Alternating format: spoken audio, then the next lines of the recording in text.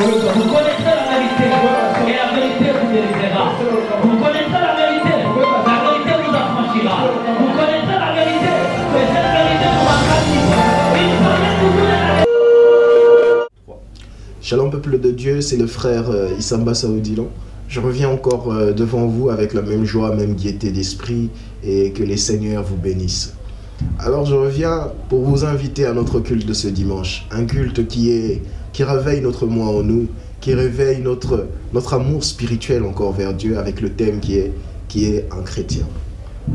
Précédemment, le prophète a abordé sur plusieurs définitions. Il a dit qu'il existe une multitude de définitions, mais jusque-là, nous en avons abordé 3.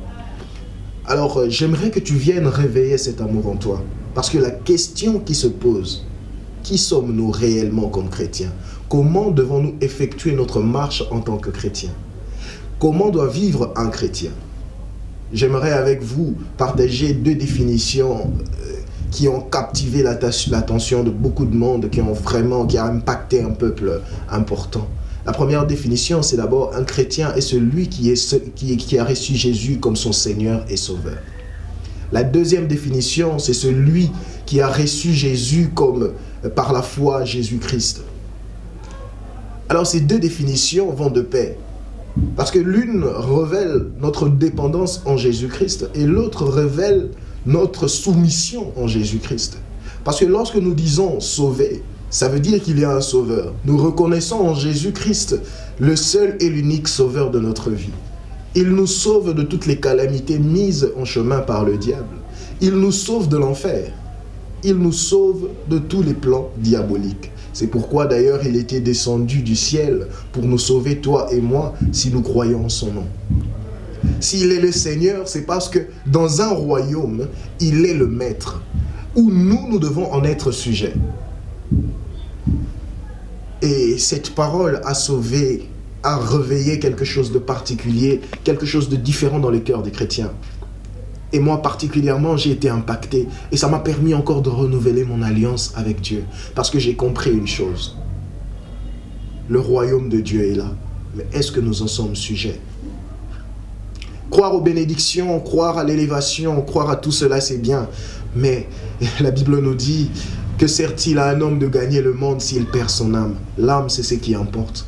Je vous invite en tout cas pour ceux qui pourront, venez très nombreux à l'église Sacrée Chapelle de Dieu dans la commune de Matete, numéro 4D dans le quartier Kinzazi.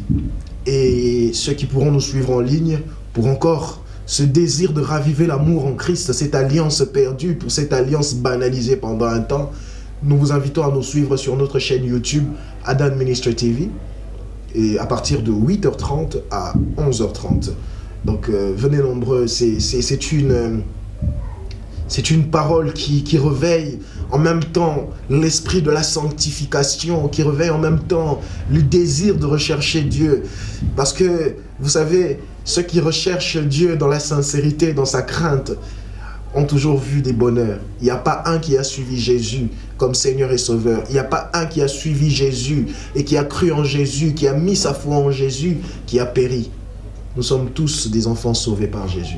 Alors demain, je répète, à 8h30, à partir de 8h30 jusqu'à 11h30, soyez nombreux, que ce soit en ligne ou en présentiel. En présentiel, j'ai dit, dans la commune de Matete, numéro 4D, dans le quartier Kinzazi, venez très nombreux et le Dieu de mon père Adam, le Dieu de mon père Aston, le Dieu des esprits des prophètes, va faire quelque chose de particulier dans votre vie et votre amour pour lui ne fera que s'accroître.